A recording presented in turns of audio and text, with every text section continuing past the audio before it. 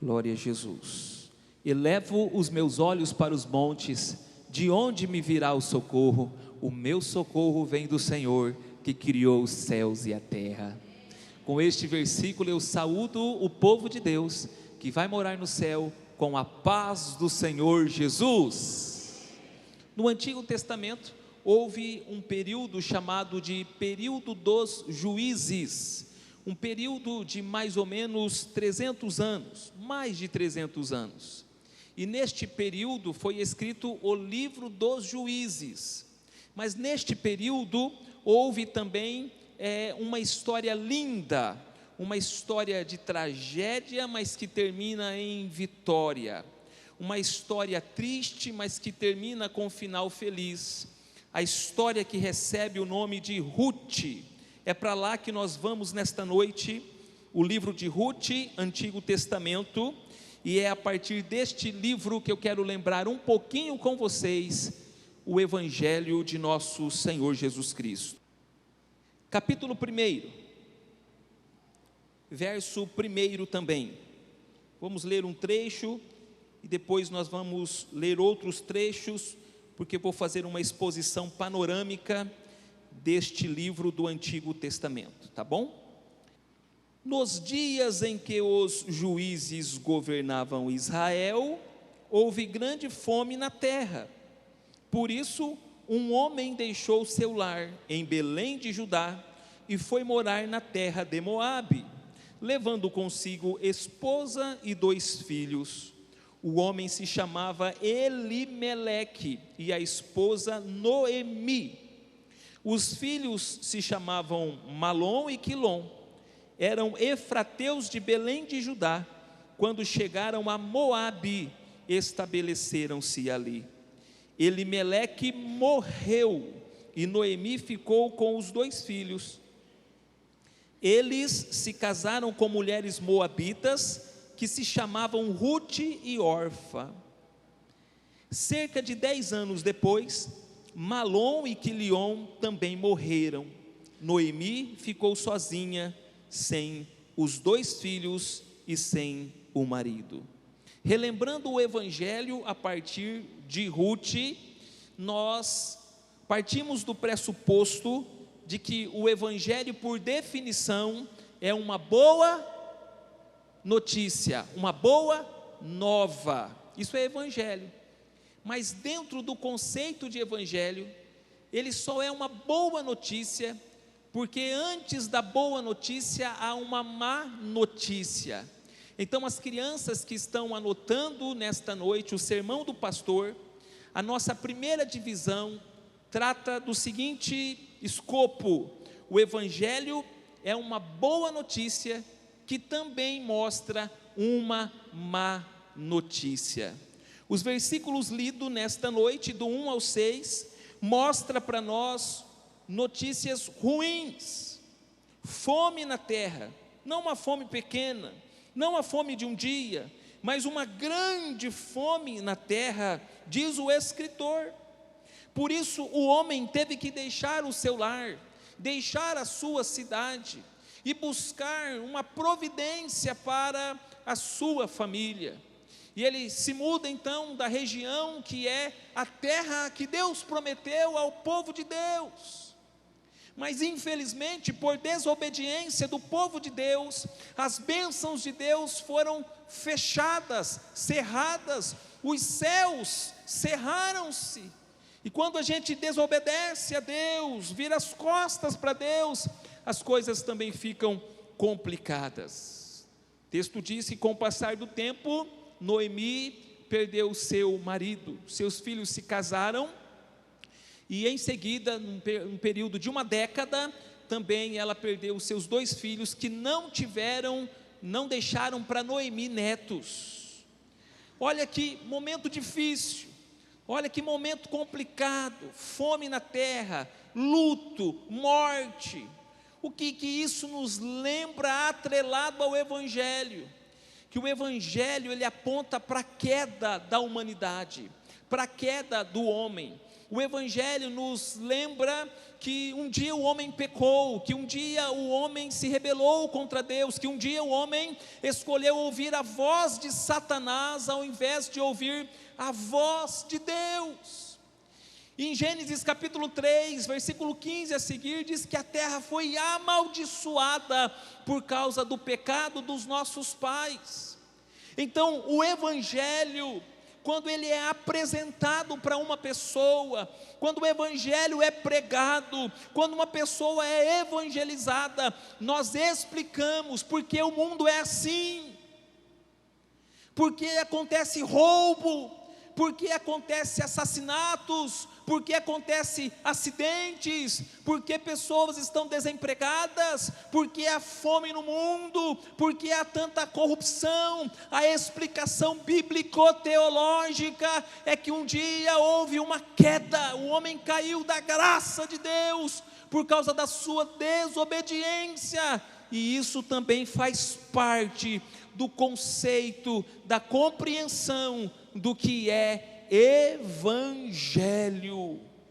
O Evangelho é uma boa notícia que não deixa de fora as más notícias. Nós compreendemos dentro do Evangelho porque as coisas são assim, porque acontecem tragédias, porque às vezes parece que a natureza está desordenada, porque às vezes acontecem ciclones, tempestades, tornados na face da terra. O mundo ficou desestabilizado, a natureza física, a natureza humana, a natureza espiritual, tudo sentiu um transtorno por causa do pecado.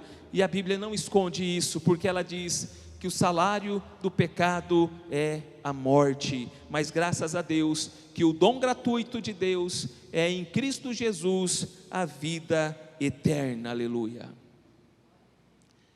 Em segundo lugar, o Evangelho do qual nós estamos abordando nesta noite, a partir do livro de Ruth, ele aponta também para um Deus soberano. Esse Evangelho, ele vem de um Deus soberano. Ainda no capítulo 1, por favor, com a sua Bíblia aberta, a projeção também aqui para nós, do texto bíblico, você vai olhar agora para os versos 20 e 21. Ruth, capítulo 1, versos 20 e 21.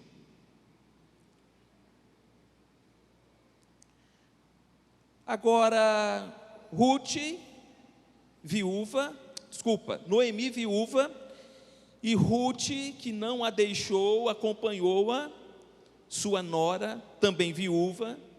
Elas chegam a Belém, regressam para a cidade de origem, e o verso 20 diz assim: não me chamem Noemi, respondeu ela, chamem-me de Mara.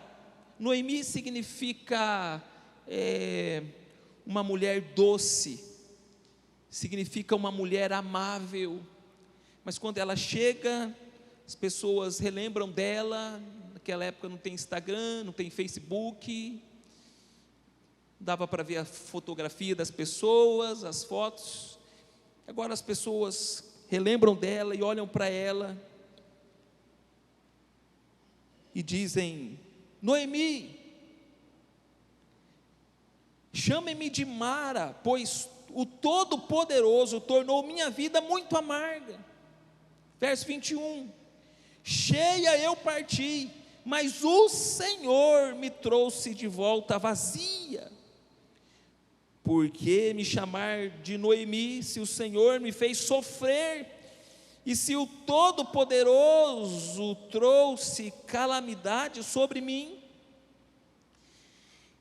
Esses dois versículos lembram para nós que uma pessoa que tem fé em Deus, que tem crença no Deus das Escrituras, ela também conhece que esse Deus Todo-Poderoso, de quem Noemi está dizendo, é um Deus que pode fazer o que Ele quiser, sem dar nenhuma satisfação para nenhuma pessoa. porque Ele é autossuficiente, porque Ele é completamente sábio, porque Ele é soberano, porque Ele conhece o presente, o passado e o futuro, e Ele dirige a história, Ele dirige e governa sobre todas as nações. Diz para nós Isaías, Jeremias, o Novo Testamento, diz Daniel para nós. Ele é um Deus que foge da nossa compreensão, e a compreensão que temos dEle vem das Escrituras Sagradas. Então Noemi, em nenhum momento ela se faz de vítima. Noemi, em nenhum momento ela coloca culpa no diabo. Não, Noemi é uma mulher que crê nesse Deus que pode todas as coisas, inclusive usar a circunstância do mal para cumprir o querer dele e a vontade dele. Então ela diz: o Todo-Poderoso, que me tirou daqui cheia, agora me trouxe vazia. Tudo isso está debaixo do plano soberano do Senhor. Hoje eu atendi um irmão à tarde, depois do culto da terceira idade, e ele me dizia: pastor, eu não entendi nada do que aconteceu do meu passado, eu não entendia porque tanta coisa ruim aconteceu lá, mas hoje eu entendo. E Noemi, no final do livro de Ruth, vai fazer esta declaração de que Deus estava agindo na história, de que Deus estava agindo naquele momento de fome, de que Deus estava agindo naquele momento de luto. O Senhor está agindo, mesmo que você não compreenda, mesmo que você não entenda, o Senhor está agindo, porque Ele governa toda a história, aleluia. Ele governa toda a história. Eu gosto de fazer analogias de fé, ver este texto, como ele se encaixa em outras partes da Bíblia, e eu me lembro de Paulo. O apóstolo Paulo, quando estava preso, ele jamais disse que era prisioneiro do Império Romano, jamais era prisioneiro de César, mas sempre dizia: eu sou prisioneiro de Cristo Jesus, aleluia. O próprio Cristo, no seu julgamento diante dos governadores, antes da sua crucificação, ele respondeu: nenhuma autoridade foi te dada, senão a autoridade que o meu Pai te deu. E se eu quisesse, eu rogaria ao meu Pai, e Ele enviaria miríades de anjos para vir aqui e me livrar. Mas Jesus se submete àquela situação de sofrimento, aquela situação tão terrível que nós conhecemos no final dos evangelhos, porque Ele sabia que o seu Pai Celestial, que o Deus Todo-Poderoso estava dirigindo a história, mesmo nos momentos difíceis, mesmo nos momentos de bofetadas, mesmo nos momentos de chicoteadas, mesmo no momento de sangramento. Deus Pai Todo-Poderoso estava usando todas aquelas circunstâncias para o bem daqueles que amam a Deus. O evangelho que nós pregamos, o evangelho da Bíblia, o evangelho das Escrituras Sagradas, é um evangelho que provém de um Deus soberano, aleluia. Deus é soberano e nós engrandecemos a Ele por isso. Você está passando por um momento difícil, você está passando por um momento complicado, o seu momento é de deserto, o seu momento é de escassez. Qual é o momento que você está vivendo?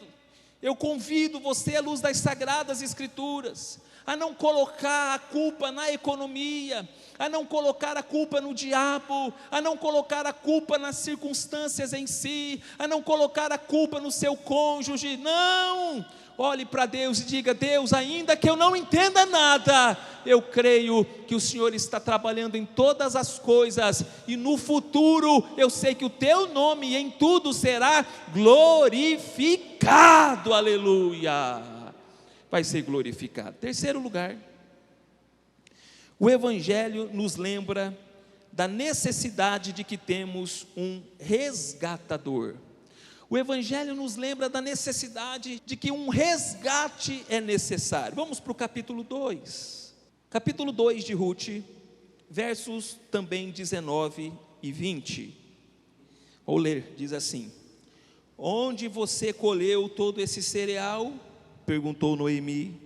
Onde você trabalhou hoje? Que seja abençoado quem a ajudou. Então Ruth contou à sogra com quem havia trabalhado. O homem com quem trabalhei hoje se chama Boaz. O Senhor o abençoe, disse Noemi à nora.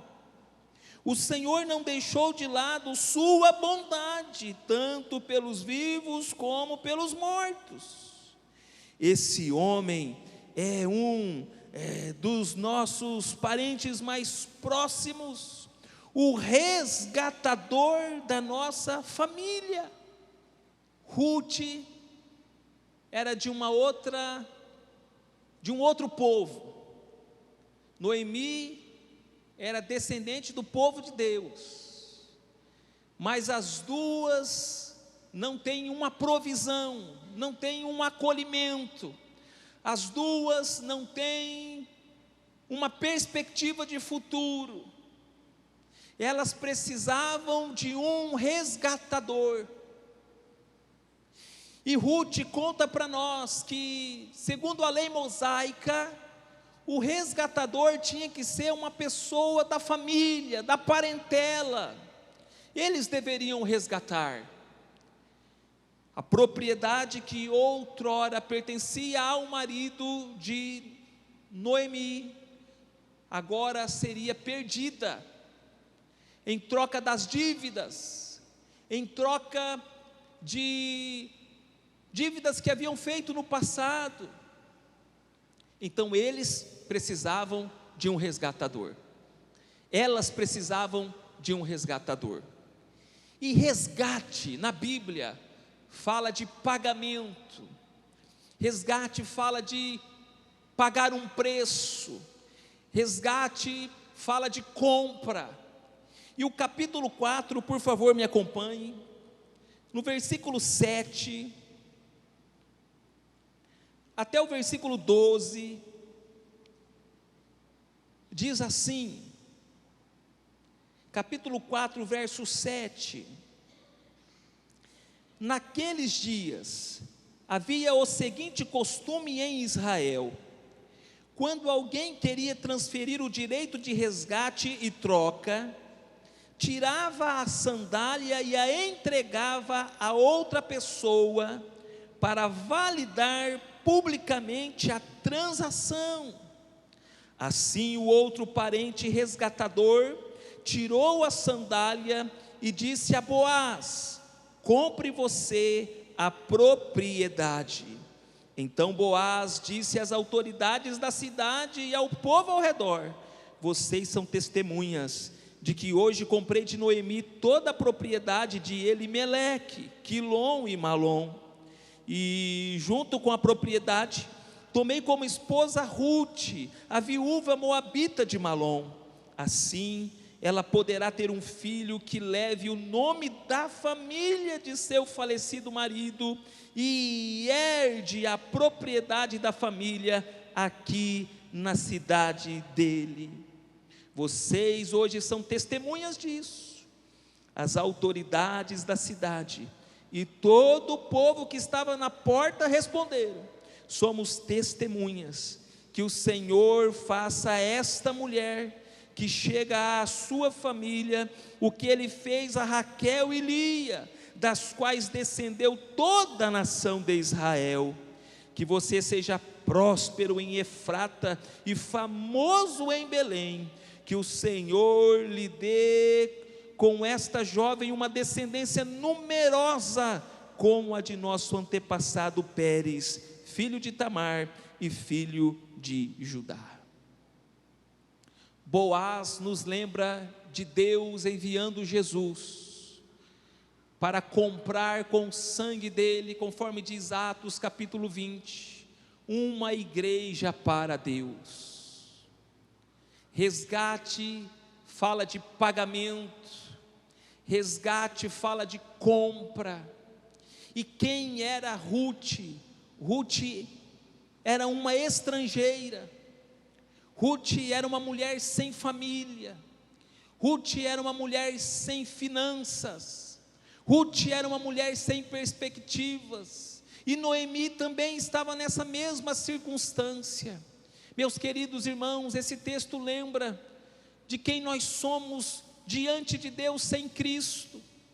Sem Cristo nós estamos perdidos, sem Cristo nós não temos vida eterna, sem Cristo nós não temos esperança, sem Cristo nós não temos salvação, sem Cristo nós não temos o perdão dos nossos pecados, sem Cristo nós não temos livre acesso a Deus, sem Cristo nós não temos comunhão com a divindade, com a Trindade, sem Cristo nós estamos nas mãos de Satanás, mas por causa de Cristo, o nosso resgatador, agora nós temos comunhão com Deus, agora nós fomos resgatados para Deus, agora nós fazemos parte da família de Deus, agora nós temos a vida eterna, agora nós temos o privilégio de termos o Espírito Santo de Deus morando no nosso coração, tudo isso por causa do nosso resgatador, Jesus Cristo de Nazaré. Nós precisamos de um resgatador, e isso também faz parte do Evangelho. O Evangelho nos lembra que nós precisamos ser resgatados das trevas para a maravilhosa luz, dos nossos pecados para a santidade de Deus. Nós precisamos ser resgatados da morte espiritual para sermos vivificados em Cristo Jesus. Nós precisamos de um resgatador, e nós reconhecemos que o nosso resgatador é Jesus Cristo de Nazaré. Aleluia.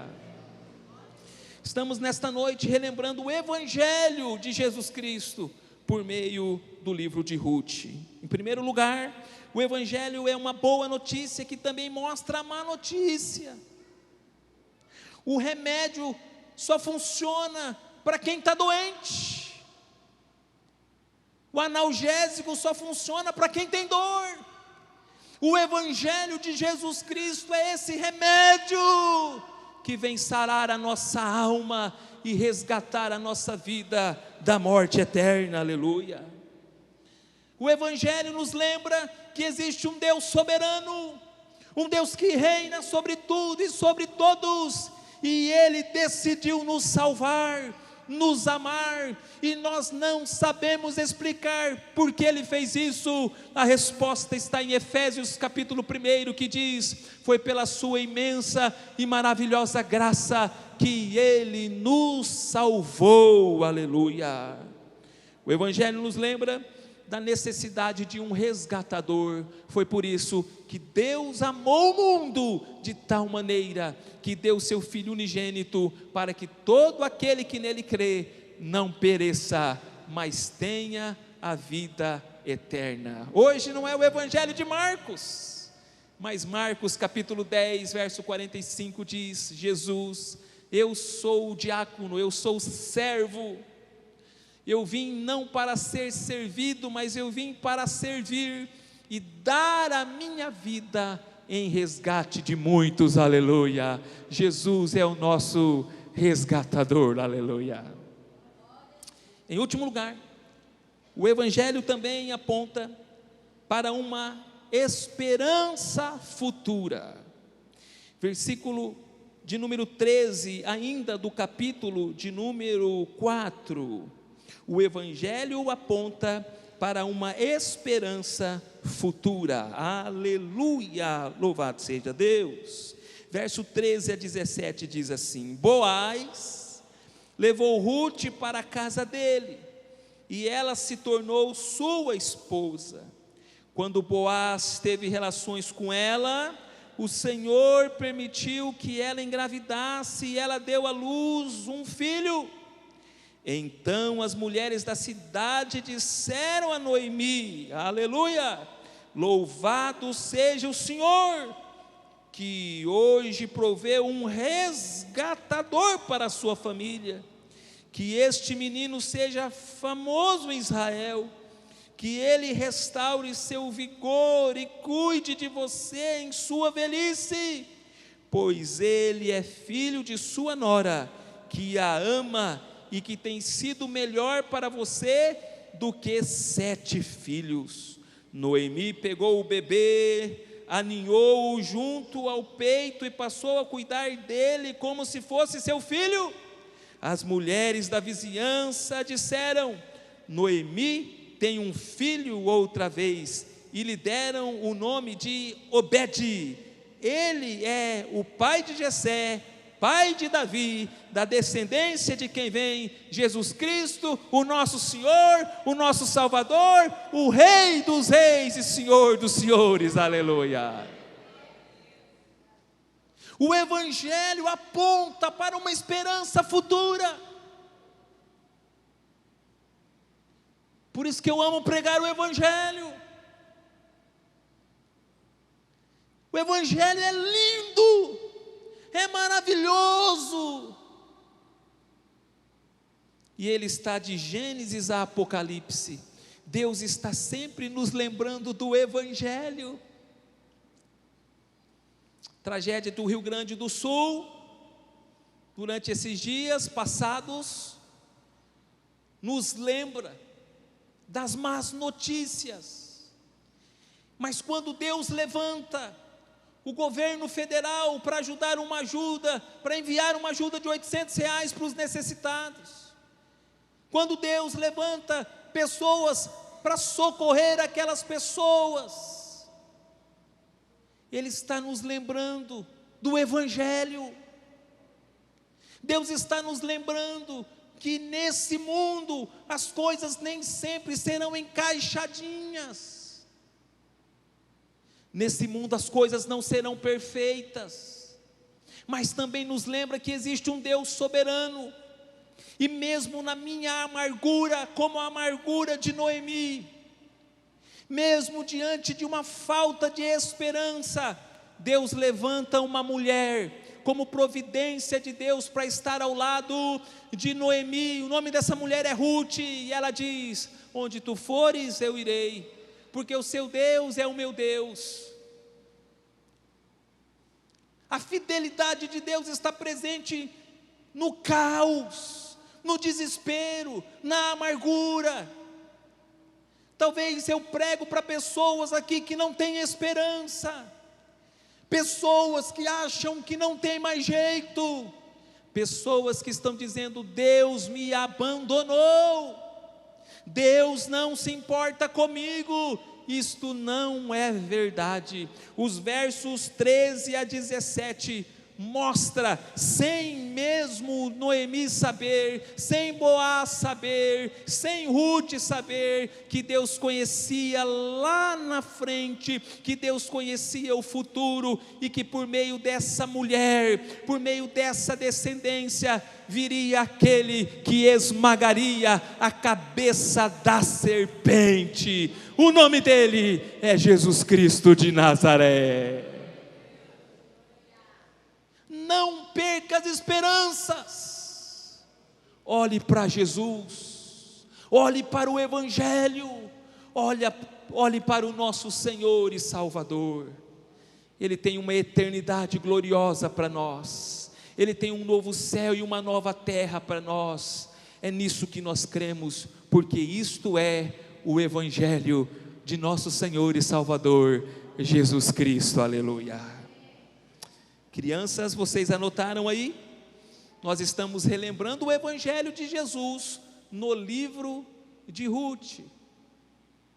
Em primeiro lugar, a primeira lembrança é que o Evangelho é uma boa notícia, que também mostra uma má notícia.